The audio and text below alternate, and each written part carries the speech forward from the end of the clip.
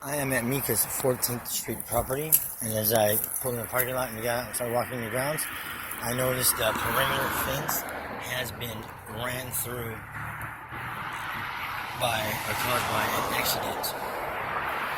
This is your standard 48-inch chain link fence.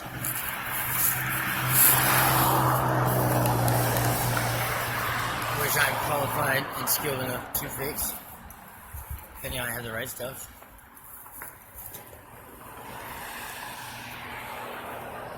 I have spoken to a few tenants on the property, and nobody from this property was hurt. Here's your tree that is pretty much on its last leg. There's the collapsed leg. There's the dead part of the tree. In the best interest for the property and the tenants to just have this tree removed. Thank you for your time.